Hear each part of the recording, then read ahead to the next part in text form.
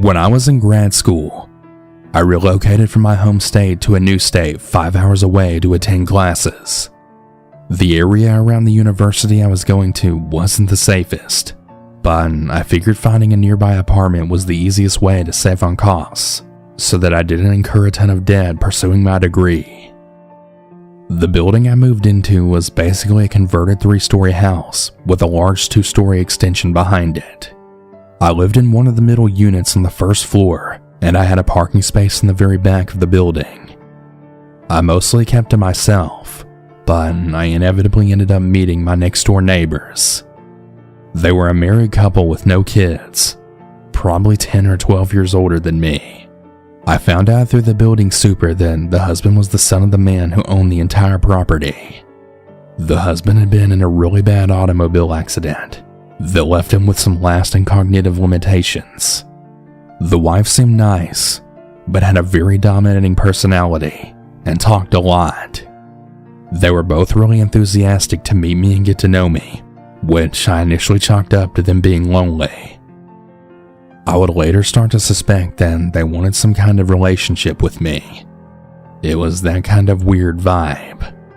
They would frequently either sit outside their door or leave just their screen door closed so that they could see me and stop me while I walked to and from my car to my own apartment. These conversations would take anywhere from 5 minutes to half an hour before they get the hint that I was trying to go about my day. They would always end with an offer to have me over for dinner and a drink sometime, which I would always politely decline.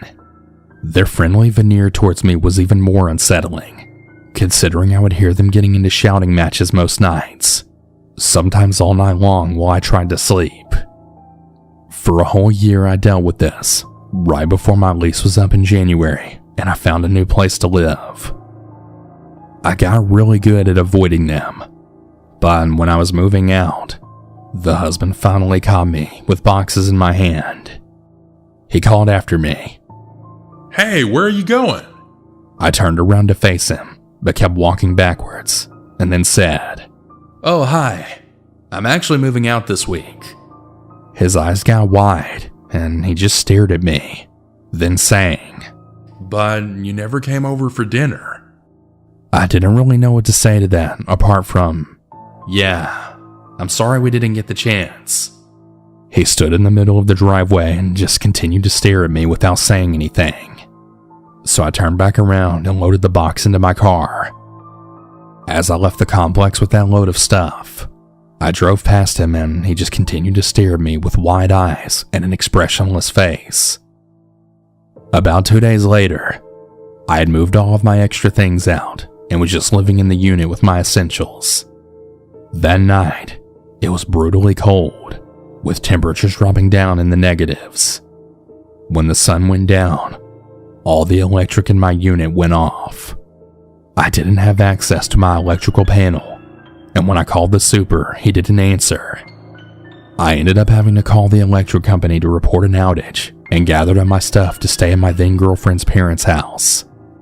I went back the next morning, determined to move the last of my stuff once and for all, when I saw the electric company's truck pulled over in the street in front of the building. I was entering my unit when the workman came up to me and asked if I was the one who reported the outage. I said I was, and he gave a little chuckle, then sang, "Well, buddy, you managed to piss somebody off." I asked him what he meant by that, and he said, "The only outage in the building was to your unit. Normally when a circuit is tripped, the switch flips to a halfway position to turn off. Your switch was flipped all the way off, so someone went down there and did that to you on purpose." I asked him where the switch was, and he said the basement storage unit, but that's only accessible by the super or the building owner. I pieced it all together and realized that my neighbor had turned off my power on the coldest night of the year. I didn't even bother confronting him about it. I just wanted to get the hell out of there. I finished packing up my stuff and left, never looking back to see if he or his wife were watching me go.